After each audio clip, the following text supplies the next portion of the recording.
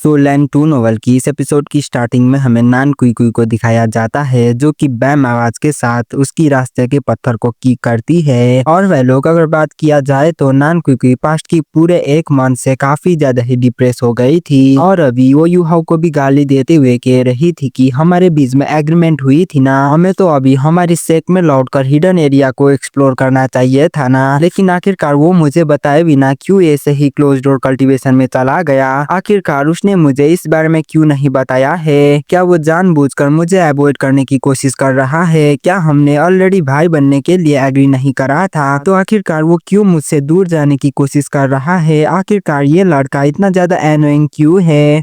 और भाई लोग कुई कुई तो ऐसे ही काफी गुस्से में दिखाई दे रही थी, लेकिन अगर बात किया जाए तो तांग सेट की सभी लोग पास्ट की पूरे एक मंथ से काफी ज्यादा ही बिजी थे। वो लोग या तो तांग सेट की कामों की वजह से बिजी थे या तो वो लोग कल्टीवेशन की वजह से बिजी थे। और अगर हम लोग नान कुई कुई की बात किया जाए तो नान कुई कुई इन लोगों की तरह ज्यादा बिजी नहीं थी, क्योंकि बेबी नान कुई कुई को ज्यादा तांग सेट की कामों के लिए असाइन बिल्कुल भी नहीं करता था, क्योंकि कुई कुई के पास इरिटेबल एंड इम्पेशेंट पर्सनैलिटी होने की वजह से ज्यादातर लोग उसे तांग सेट की कामों को असाइन नहीं करते थे। बस उसे बेबी हमेशा कल्टीवेशन में फोकस करने के लिए ही कहता था।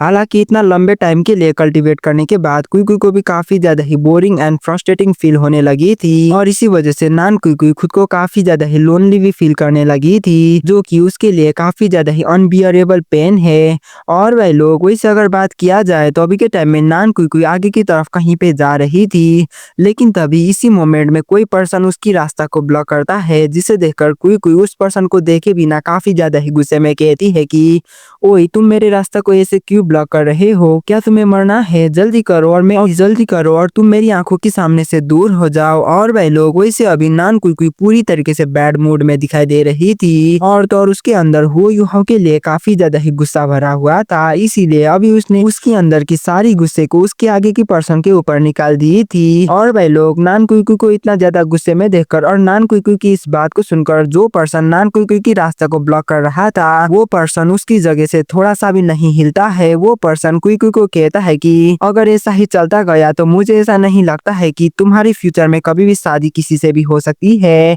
मुझे ऐसा नहीं लगता है कि तुम कभी भी किसी से शादी कर पाओगी, इसीलिए तुम्हें इतना ज्यादा गुस्सा होना नहीं चाहिए। इस पर्सन की इस बात को सुनकर नान कुई कुई इस पर्सन को गाली देते हुए कहती है कि आखिर तुम्हें इससे क्या लेना देना है? मैं किसी से भी शादी कर लूं, आखिर तुम्हें क्या? इतना कहने के साथ ही नान कुई कुई उसकी सिर को ऊपर करके उस पर्सन को देखती है और जब वो इस पर्सन को देखती है तो उसकी मुंह से एक भी वर्ड बाहर नहीं निकलती है, जिसे देखकर वो यूहाओ हंसते हुए कहता है कि कुई कुई तुम्हें ऐसे किसी को भी गाली देना बिल्कुल भी नहीं चाहिए, क्योंकि तुम एक लड़की हो और एक लड़की किसी को भी ऐसे गाली नहीं देती। और वह लोग वैसे अगर बात किया जाए तो कुछ टाइम पहले नान कुई कुई काफी ज्यादा ही गुस्से में दिखाई दे रही थी, लेकिन अभी अपने आंखों के सामने यूहाओ को देखकर कुई कुई इमीडिएटली शांत होती है। पहले तो वो यूहाओ के बारे में भला बुरा कह रही थी और वो यूहाओ को भी कंप्लेन कर रही थी, लेकिन अभी जब यूहाओ उसके सामने ही आ गया था तो अब कुई कुई की सारी गुस्सा गायब हो गई थी और अब उसके पास यूहाओ के लिए कोई भी कंप्लेंट नहीं बची हुई थी। और वो शांत होकर यूहाओ को कह रही थी कि हाँ तुम्हारी बातें सच है, वैसे भी आखिरकार तुम इस बारे में क्यों परवाह कर रहे हो? मैं जिससे भी शादी कर लूं आखिर तुम्हें इससे क्या लेना देना है?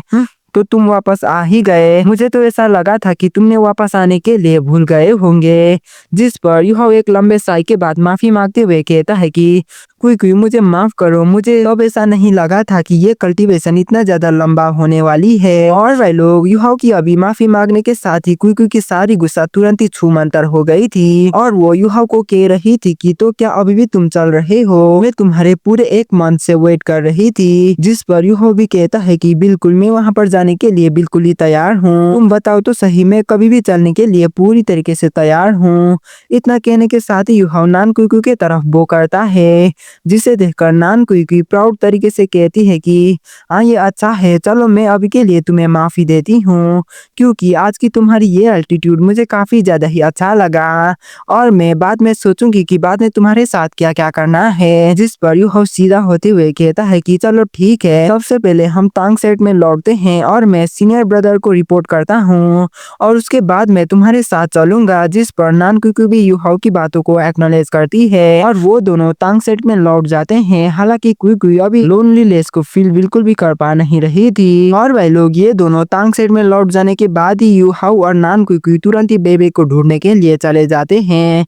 और अगर बात किया जाए तो एक मंथ पहले के कंपैरिजन में अभी के टाइम में बेबे अभी काफी ज्यादा ही रिलैक्स हो चुका था, क्योंकि पास्ट के इन दिनों में जू सांसी और बाकी के सभी लोग बेबे को मदद कर रहे थे, जिसकी वजह से अभी के टाइम में बेबे की काफी ज्यादा ही बर्डन काफी हद तक कम हो चुकी थी और वो अभी के टाइम में थोड़ा बहुत कल्टीवेट भी कर पा रहा था। और अभी के टाइम में अचानक अपने सामने यूहाओ को देखकर बेबे सरप्राइज लुक के साथ यूहाओ को कहता है कि लिटिल जूनियर ब्रदर, तो तुम वापस आ ही गए हो, तो आखिरकार कैसा रहा, आखिरकार तुमने इस बारी क्या गेन करी है। तो यूहाओ भी माफी मांगते हुए कहता है कि एल्डर सीनियर ब्रदर, आपको चिंता करवाने के लिए मुझे माफ करना। वैसे सीनियर ब्रदर, इस बारी मैंने काफी ज्यादा ही गेन करा है। हालांकि मैं सभी के लिए ये डुप्लीकेट बिल्कुल भी कर नहीं सकता हूँ और ना ही मैं ये सभी को सिखा सकता हूँ। जिस पर बेबी एक स्माइल के साथ जवाब देते हुए कहता है कि यूहाओ, तुम्हें इससे चिंता करने की कोई भी जरूरत नहीं है। यहाँ की सभी लोगों के पास उनकी खुद की पाथ है, तुम्हारी पाथ तुम्हारी है और हमारी पाथ हमारी है। यहाँ की सभी लोग अलग अलग तरीके से सोचते हैं, लेकिन फिर भी किसी न किसी दिन हम वही डेस्टिनेशन पर पहुंच ही जाएंगे। जब तक हम हमारी सही पाथ को ढूंढ लेंगे, तब हमारी डेस्टिनेशन पर पहुंचने के लिए कोई भी रोक नहीं सकता और हम तब कुछ भी कर सकते हैं। बेबे की इस बात को सुनकर नान कुई कुई कहती है कि एल्डेस्ट सीनियर ब्रदर, आपकी सभी बातें आजकल काफी ज्यादा ही दिन पर दिन फिलोसॉफिकल होते ही जा रही है। सच में आप इस टांग सेट की एल्डेस्ट सीनियर ब्रदर कहलाने के लिए डिजर्व करते हैं। जिस पर बेबे कहता है कि कुई कुई, क्या तुम यूहाओ को तुम्हारी सेक में ले जा रही हो? वैसे हमने तुम्हारी मदर और ड्रैगन सेट की सेक लीडर को कुछ ज्यादा ही टाइम के लिए वेट करवा चुके हैं, इसलिए क्या तुम मुझे तुम्हारी सेक लीडर से माफी मांगने के लिए मदद कर सकती हो? जिस पर कुई कुई कहती है कि एल्डेस्ट सीनियर ब्रदर, सब कुछ ठीक है, आपको इस बारे में चिंता करने की कोई भी जरूरत नहीं है। मैंने ऑलरेडी मेरी मदर को इस बारे में बता दिया था और उन्होंने भी ये कही थी कि कल्टीवेशन सबसे ज्यादा इम्पोर्टेंट होती है, इसीलिए हम जब भी यूहाओ फ्री होगा तब हम वहां पर जा सकते हैं। और मेरी मदर हाफ मंथ पहले और ड्रैगन सेट पर लौटी थी, जो कि हेवनली सोल एम्पायर में बिलोंग करती है और तब और ड्रैगन सेट को ऑलरेडी सनमून एम्पायर ने कब्जा कर लिया था, इसीलिए अभी वो वहां पर जाकर वहां की कुछ रिसोर्सेज को वापस लाना चाहती है।